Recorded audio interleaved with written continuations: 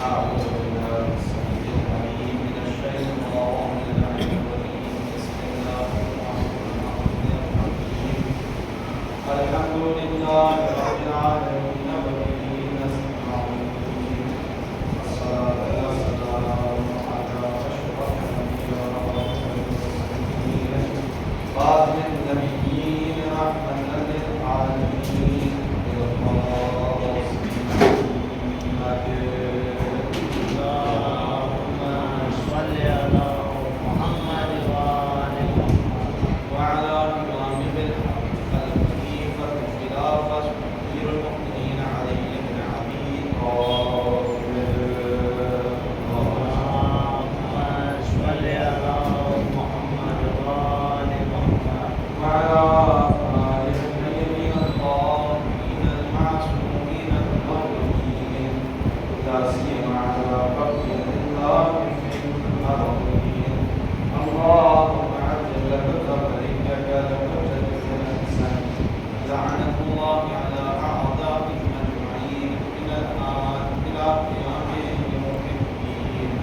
أما بعد فقد قال الله سبحانه وتبارك وتعالى في القرآن الكريم وهو أصدق القائلين وقوله الحق بسم الله الرحمن الرحيم شهر رمضان الذي أنزل فيه القرآن هدى للناس وبينات من الهدى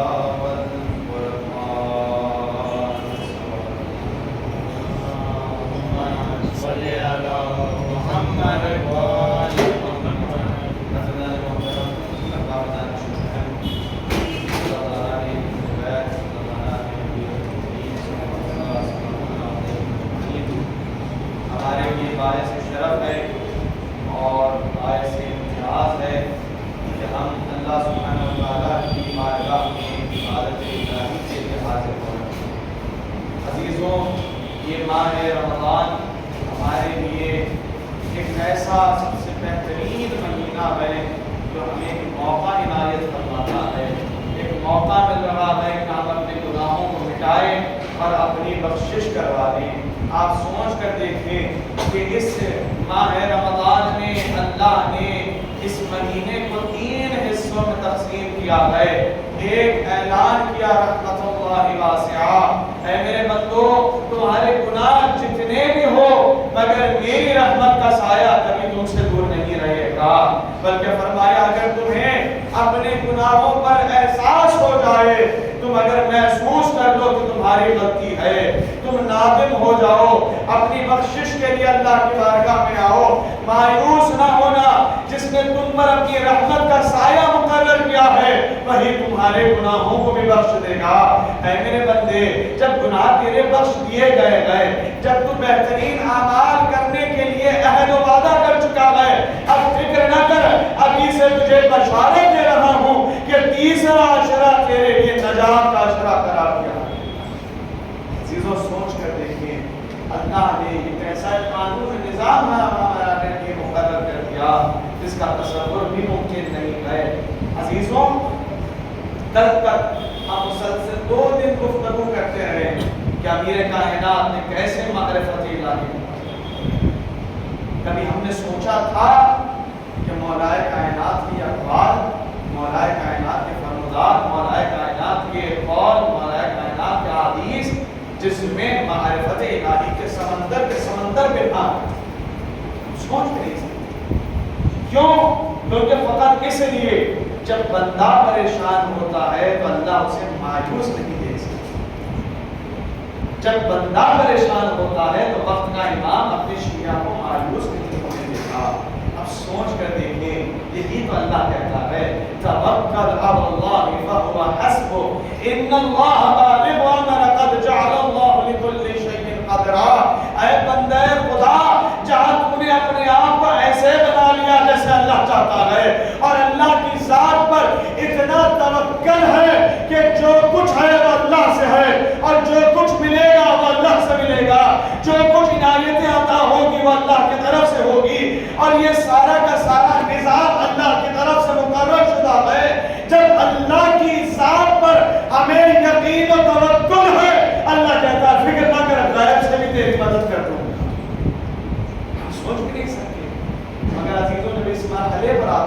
میرے نوجوانوں، جب ہمیں اس بات کا احساس ہوتا ہے کہیں نہ کہیں مجھ سے غلطی، کوئی یہ کہہ سکتا ہے کہ مجھ سے غلطی نہیں، میں کبھی نہیں کہہ سکتا، میں گناہگار ہوں، خطاکار ہوں، کہیں نہ کہیں مجھ سے کوتاہیاں ہوئی گئے، کہیں نہ کہیں مجھ سے غلطیاں ہوئی گئے، چاہے جانے میں یا انجانے میں ہوئی ہے یا نہیں۔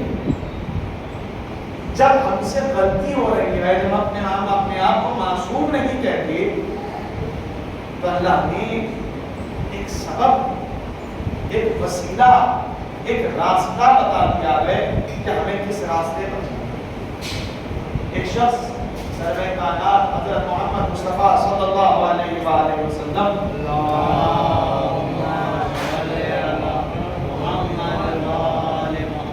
خاتم الانبیاء کی بارگاہ میں آیا۔ عزیزوں، کیسے مولا کائنات نے طریقہ بتایا ہے اپنے آپ کو گناہوں سے بچانے کا، بارگاہ الہی میں پہنچنے کا، قرب الہی حاصل کرنے کا طریقہ سن لیجیے گا۔ اللہ کے نبی کے پاس ایک شخص پہنچا، اچھا کس کیفیت میں ہے؟ ایسے بھی لوگ تھے جنہوں نے یہ اقرار کیا، اعتراف کیا تھا، اے اللہ کے نبی میں نے زندہ اپنی بیٹی کو دفن کیا۔ ایسے بھی لوگ اللہ کے نبی کے پاس آتے تھے۔ آپ دیکھیں سورہ مبارکہ احزاب اٹھائیے، ابتدائی آیات پڑھیے، اچھا کہیں ایک مقام پر آ کے سنے ہوں گے، ہم سنتے آئے ہیں ایک بیٹی کو دفن کر دیتے تھے، بیٹی پیدا ہوتی دفن کر دیتے تھے، بلکہ تاریخ کا ایک جملہ بتاؤں، زندہ 9 بیٹیوں کو بھی دفن کیا ہے، ایک کو نہیں، زندہ 9 بیٹی۔ ایسے بھی لوگ تھے پتھر دل والے، سخت دل والے، سنگین اور بد کردار لوگ۔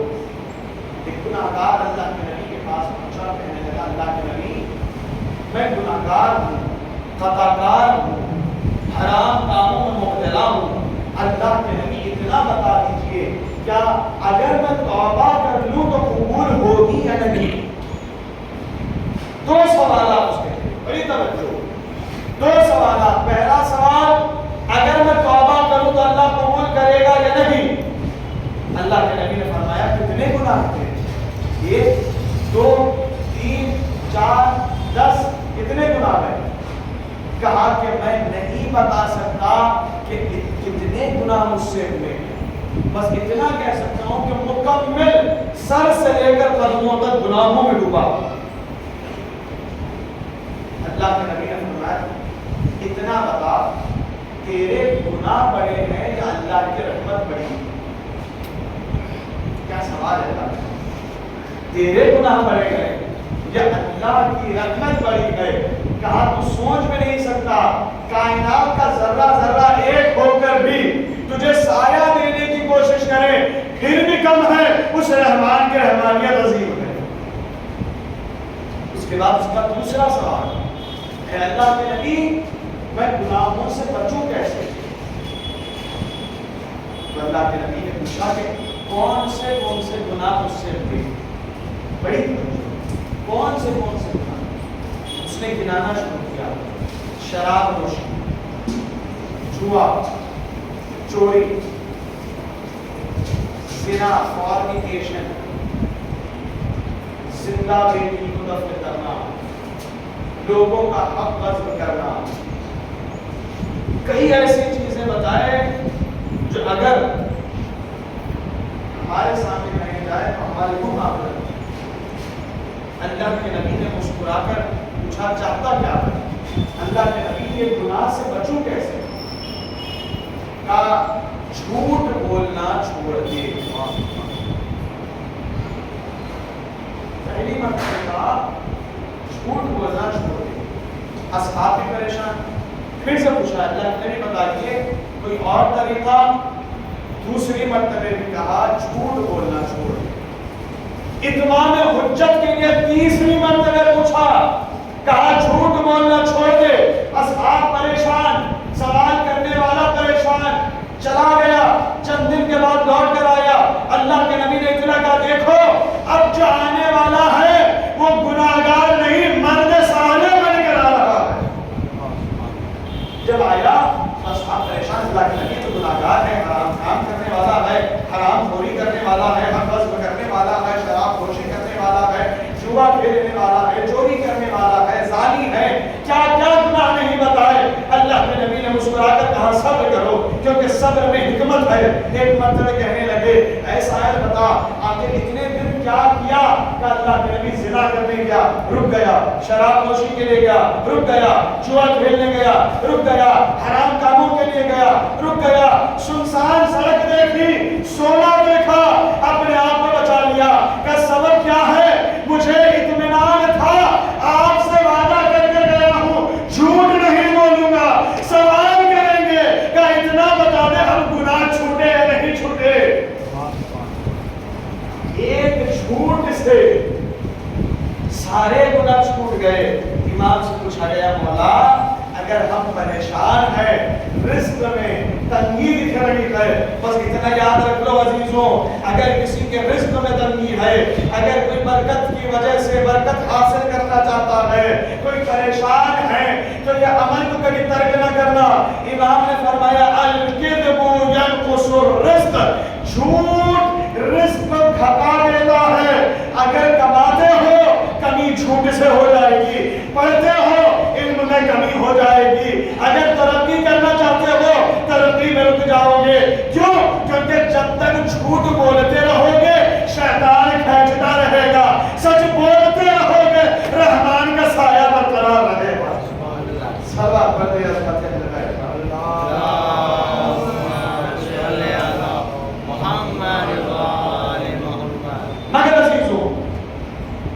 مقام پر ہم آ کر سوچیں, پھر بھی یہ نفس ہے یہ پھر بھی گناہ کرنا چاہتا ہے. ایک شخص دیکھیں امیر المومنین نے کیسے معرفت الہی کی, بڑی تو ایک شخص پہنچا امیر کائنات کے پاس, پہنچ کر کہنے لگا امیر المومنین یا علی. آپ سوچ نہیں سکتے اس کا سوال کیا ہے, یعنی گناہ کرنا چاہتا ہوں. سوچئے سوال کس سے ہو رہا ہے, امام المتقین قائد المعجلین امیر المؤمنین سے. یا علی کیا کرنا چاہتا ہوں, گناہ. اگر کوئی مجھ جیسا کم علم طالب علم ہوتا تو کیا جواب دیتا, گناہ کرو گے مستحق عذاب, گناہ کرو گے سزاوار, گناہ کرو گے تو اللہ سزا دے گا. ساری باتیں اپنے علم کے ساتھ سنتا ہوں. مولا نے کیا جواب دیا ہوگا, مولا نے کل آپ نے واقعہ سنا خالق و مخلوق کا, اب سن لیجیے علی نے کیا جواب دیا ہوگا. مولا نے کہا جا جا کر گناہ کر. علی مسکرانے لگے اور مسکرا کر کہنے لگے جا جا کر گناہ کر. نہیں سوچ سکتے ہیں مولا نے یہ جواب دیا ہوگا, مگر اتنا یاد رکھ لیجیے ادھورے جواب میں کبھی مصلحت نہیں ہے, ادھورے جواب میں کبھی جواب نہیں ہے, مکمل جواب سن لیجئے. جب وہ پلٹ کر جانے لگا مولا نے کہا ہے بھائی ٹھہر, پہلے میرا سوال تو مکمل ہو جانے دیجئے. اتنا تو بتا اگر تیرا کوئی خالق ہے اس مقام پر جا کر گناہ کر جہاں تجھے کوئی دیکھنے والا نہیں ہو, اور تجھے یقین ہے کسی نے تجھے خلق کیا ہے, کیا تیرا خالق تجھے نہیں دیکھ سکتا؟ اس مقام پر جا کر گناہ کر جہاں تجھے اللہ نہیں دیکھتا ہو. اور مولا فرماتے ہیں سورہ مبارک حدید کی آیت ہے هو الاول والآخر والظاہر والباطن وهو على كل شيء علیم. اللہ اول بھی ہے, آخر بھی ہے, ظاہر بھی ہے, باطن بھی ہے. ہم اپنے باطن کو اتنا نہیں جانتے جتنا اللہ ہم سے واقف ہے, کیونکہ وہی اللہ جو ہماری رگے جا سے زیادہ قریب ہے. اب سوچ کر دیکھو اگر بندہ پریشان ہوتا ہے تو معبود کیسے اسے خالی ہاتھ چھوڑ.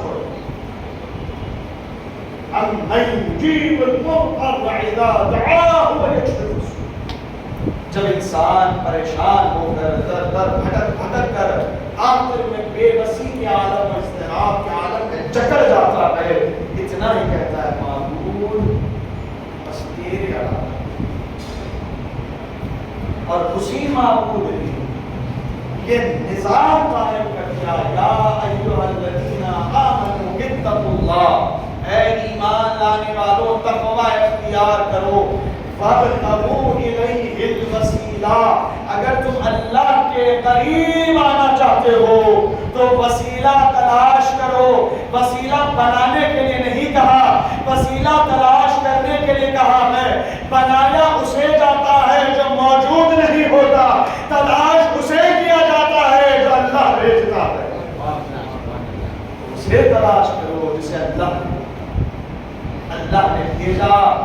کہہ کر بھیجا وما محمد الا رسول، محمد رسول ہے۔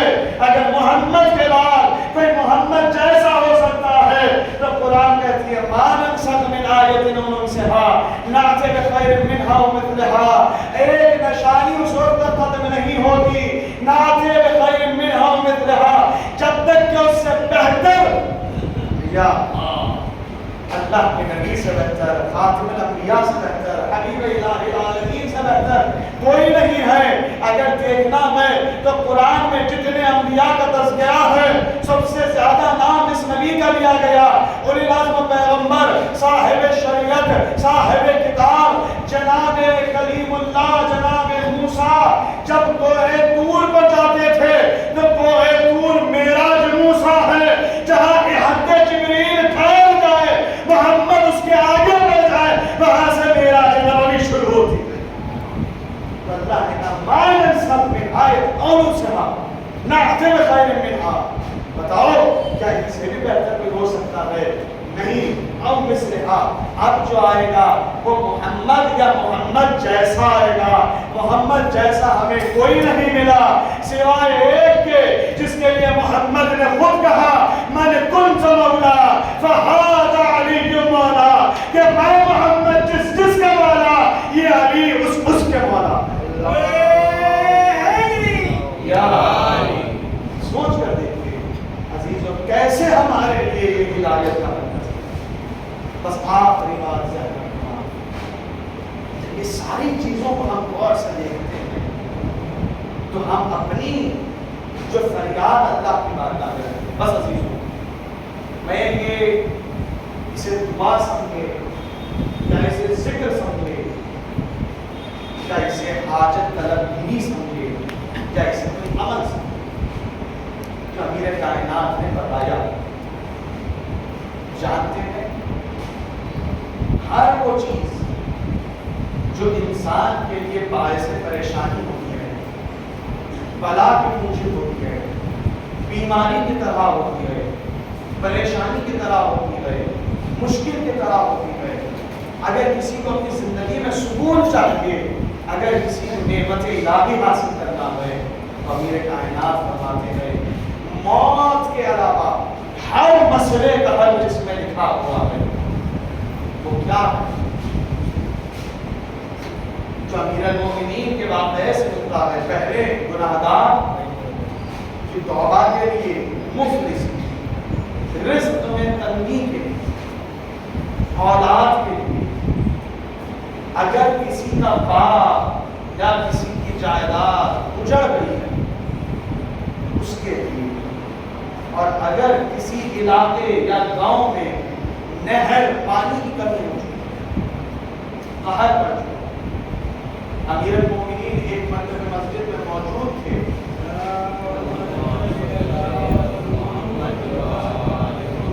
اصحاب آئے، اصحاب بھی موجود تھے، فوراً سے ایک شخص پہنچا، یعنی گناہگار کیا کرو، کیسے گناہوں کو کم کرو، کیسے اپنی توبہ کو قبول کراؤ، کیا استغفار کرو۔ ایک شخص پہنچا، یعنی بارش نہیں ہو رہی ہے، استغفار کرو، یعنی اولاد نہیں ہے، استغفار کرو، یعنی باغ جل گیا ہے، استغفار کرو۔ اس اسنا میں کچھ گاؤں کے افراد آئے کہ یعنی بڑی محنتوں سے ایک نہر کا راستہ بنایا تھا، نہر سوکھ گئی ہے، خشک ہو گئی ہے، کہ استغفار پڑھ لو۔ جو آتا علی اسے کہتے استغفار پڑھو۔ ایک مرتبہ اصحاب نے پوچھا یا علی، جو آ رہا ہے اسے استغفار، جو آ رہا ہے اسے استغفار۔ مولا نے کہا کیا تم نے سورہ مبارک کے منہ میں نہیں پڑھا کہ اللہ سبحانہ وتعالیٰ ارشاد فرماتا ہے استغفروا ربکم انہ کان غفارا، تم استغفار کرو اللہ تمہاری مغفرت کر دے گا۔ پھر دوسرے منزل پر کہا کہ کیا تم نے قرآن میں نہیں پڑھا یرسل السماء علیکم مدرارا، کہ تم نے نہیں پڑھا استغفار پڑھو اللہ آسمان سے بارش برسا دے گا۔ ایک مرتبہ مولا نے کہا کیا تم نے قرآن میں نہیں پڑھا یمددکم باموال کہ تم استغفار پڑھو اللہ مال عطا کر دے گا، وبنینا استغفار کر پڑھو اللہ تمہیں اولاد عطا کر دے گا، ویجعل لکم جنات استغفار پڑھو تمہیں کھیت عطا کر دے گا، باغات عطا کر دے گا، تمہاری زندگی کو سنوار دے گا۔ پھر فرمایا کہ ویجعل لکم انہارا استغفار پڑھو تمہیں نہریں عطا کر دے گا۔ پلٹ کر اصحاب نے پوچھا یا امیر المومنین کیا ہم نے یہ آیات نہیں سنی ہے؟ کیا آیات تو سنی ہے مگر ہم علی قلوبہم تمہارے دلوں پر تالے پڑ چکے ہیں، کہ سن لینا اور ہے، سن کر دل میں اتار لینا اور ہے۔ سننا کافی نہیں ہے، سن کر دل میں اتار لو۔ قرآن کہتی ہے امیر المومنین کے نہج البلاغہ کے خطبات اٹھائیے، صحیفہ الانبیاء اٹھائیے، کہ جتنی کتابوں میں امیر المومنین سے ذکر آیا ہے، مولا فرماتے ہیں روزانہ جتنی مرتبہ ہو سکے، خصوصاً ہر نماز کے بعد، مخصوصاً صلاۃ فجر کے بعد ایک تسبیح کم از کم 14 دفعہ صلوات اول اور 14 مرتبہ صلوات اختتام پر، درمیان میں ایک تسبیح یا غفور یا رحیم کی پڑھا کرو۔ یہاں تم تسبیح پڑھتے ہو، وہاں اللہ توبہ بھی قبول کر لیتا ہے، تمہاری حاجت کو بھی پوری کر دیتا ہے۔ عزیزوں، یہ لیالِ القدر، یہ راتیں لیلۃ القدر کی رات، کل کی مخصوص رات ہے لیلۃ القدر، 22 کی رات، شب 23۔ ایک بات یاد رکھیں، امام نے فرمایا کہ جو ماہ رمضان میں بخشا نہ گیا خدا کبھی اسے نہ بخشے، خدا کبھی اسے نہ بخشے۔ کسی نے پوچھا مولا کیسے؟ کل میں انشاءاللہ واقعہ پڑھوں گا، جناب موسیٰ نبی اللہ نے کیسے یہ تحفہ عنایت فرمایا لیلۃ القدر۔ ایک بات ہے، کسی نے پوچھا مولا کیسے مغفرت؟ اگر تم جاننا چاہتے ہو کہ تمہارے سال بھر کے اعمال، اس کے گناہوں کی بخشش اور آئندہ اعمال کے لیے تمہیں امان، تو بس لیلۃ القدر میں اپنے آپ کو ذکر الہی میں بیدار۔ کیوں؟ کیونکہ اللہ نے دعوت دی ہے فَاذْكُرُونِي أَذْكُرْكُمْ، اے میرے بندے ذرا مجھے تو یاد کر دے تاکہ میں بھی تجھے یاد کروں۔ کہ ہم یہ سوچ نہیں سکتے ہم غافل ہیں، اللہ غافل نہیں ہے، اللہ ہم سے باخبر ہے، مگر کیا معبود پلٹ کر سوال نہیں کرے گا؟ پریشان ہوتے ہو تو اللہ یاد آتا ہے، خوش ہوتے ہو تو اللہ کو بھول جاتے ہو۔ جہاں پریشانی آئی مناجات کی، جہاں پریشانی آئی استغاثہ ہو گیا، جہاں پریشانی آئی مسلح پر بیٹھ گئے۔ پریشانی میں تو اللہ بھی مان یاد آ رہے گئے، جب خوشی کا موقع آتا ہے تو نہ اللہ یاد آتا ہے نہ معصوم یاد آتے ہیں۔ عجیب ماحول ہمارے ہندوستان کا بن چکا ہے کہ جیسے کوئی اگر شادی کا بھی ماحول بنتا ہے تو ایسے رسومات کو لا دیا جاتا ہے، نہ اس کا شریعت سے تعلق ہے نہ دین میں کوئی دخل ہے۔ جب دین سے ہے ہی نہیں تو دین کا امر کہاں سے ہمارے پاس آئے گا؟ امر اللہ کہاں سے ہمارے پاس آئے گا؟ ولی اللہ کہاں سے ہمارے پاس آئے گا؟ ہم کیوں دعوت دے رہے ہیں معصوم جب ہم چاہتے بھی نہیں کہ معصومان؟ عزیزوں، دو چیزوں کا خیال رکھیں، ایک ہماری زبان، ایک اپنا عمل۔ جس کی زبان قابو میں نہیں ہوتی لوگ کبھی اس سے راضی نہیں ہوتے، جب لوگ راضی نہیں ہو تو خدا کہاں سے راضی ہوگا؟ ایک ہمارا عمل، جس کے عمل میں اخلاص نہ ہو وہ کبھی بخشا نہیں جائے گا۔ یہاں اعمال انجام دیے، وہاں دکھاوا شروع کر دیا، ابھی نیکی نہیں ہوتی، بربادی بھی شروع ہو جاتی ہے۔ مولا نے فرمایا اگر اس ہاتھ سے دو تو اس ہاتھ کو بھی خبر نہیں ہونا چاہیے۔ جب اتنا ڈفرنس نہیں ہے، تم لوگوں کے لیے دے رہے ہو یا اللہ کو راضی کرنے کے لیے دے رہے ہو؟ اب سوچ کر دیکھیں، یہی ہے سب سے بڑا ہمارے لیے امتحان۔ جب کسی نے سوال کر دیا یا امیر المومنین، کوئی استغفار پڑھا، یا امیر المومنین کوئی توبہ کر رہا ہے، یا امیر المومنین کوئی گناہوں کا اعتراف کر رہا ہے، یا امیر المومنین کیسے معلوم ہو تو بخشا گیا؟ مولا کائنات نے فرمایا جب اللہ کے ذکر سے غافل نہیں ہوتے ہو، اتنا یاد رکھ لو یہاں عبادت کی اور دل میں اطمینان ہو گیا کہ بارگاہ الہی سے آ رہا ہوں، کاش اور وقت میں اللہ کی بارگاہ میں ہوتا، پر جب تمہارا قلب اطمینان پہ آ جائے سمجھ جانا اللہ نے تمہاری عبادت کو قبول کر لیا۔ اگر کیا ہوتا ہے اطمینان قلب، عزیزوں سوچ کر دیکھو اس مولا کے اطمینان کا کیا کہنا جو حالت نماز میں ہو، پیر سے تیر کھینچ لیا گیا مگر ابھی کو درد محسوس نہیں ہوا۔ مگر عزیزوں آج کا دن بڑی مصیبت کا دن ہم پر گئے، آپ تصور بھی نہیں کر سکتے۔ اے عزیزوں جانتے ہیں مولا کو اتنا بھی پسند نہیں تھا کہ کوئی اپنی زبان سے کسی کی دل آزاری کرے۔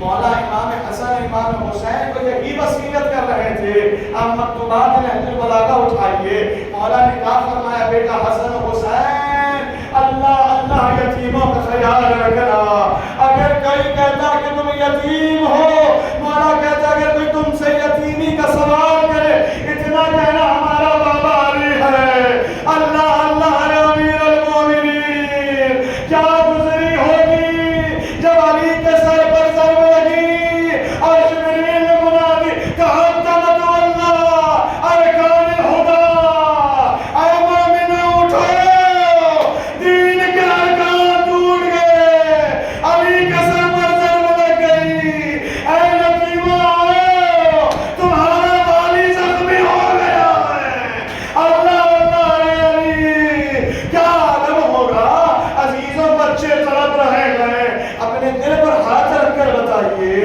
کہ اے عزیزوں کیا باپ کے آنکھوں سے آنسو نکلے، کیا بیٹی برداشت کر پائے گی؟ ارے ہائے جب بیٹی کے آنکھوں سے آنسو جاری ہو کیا باپ برداشت کر پائے گا؟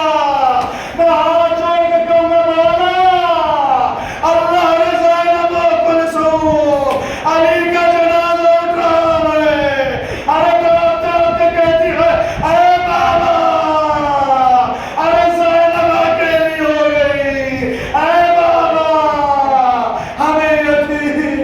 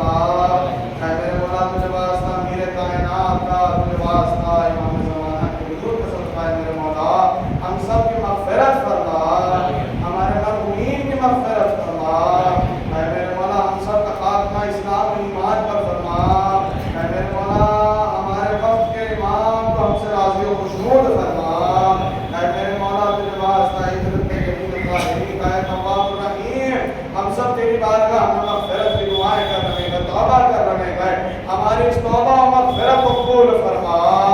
اے میرے مولا تجھے واسطہ اہل بیت اطہار علیہ السلام کا میرے معبود ہم سب کو بار بار زیارت ازواج عالیہ سے مشرف فرما۔ اے میرے مولا تجھے واسطہ اہل بیت اطہار علیہ السلام کا ہم سب کی دلی تمنا ہے میرے مولا، ہم امام وقت کے ساتھ جنت البقیع تعمیر کرنا نصیب فرما۔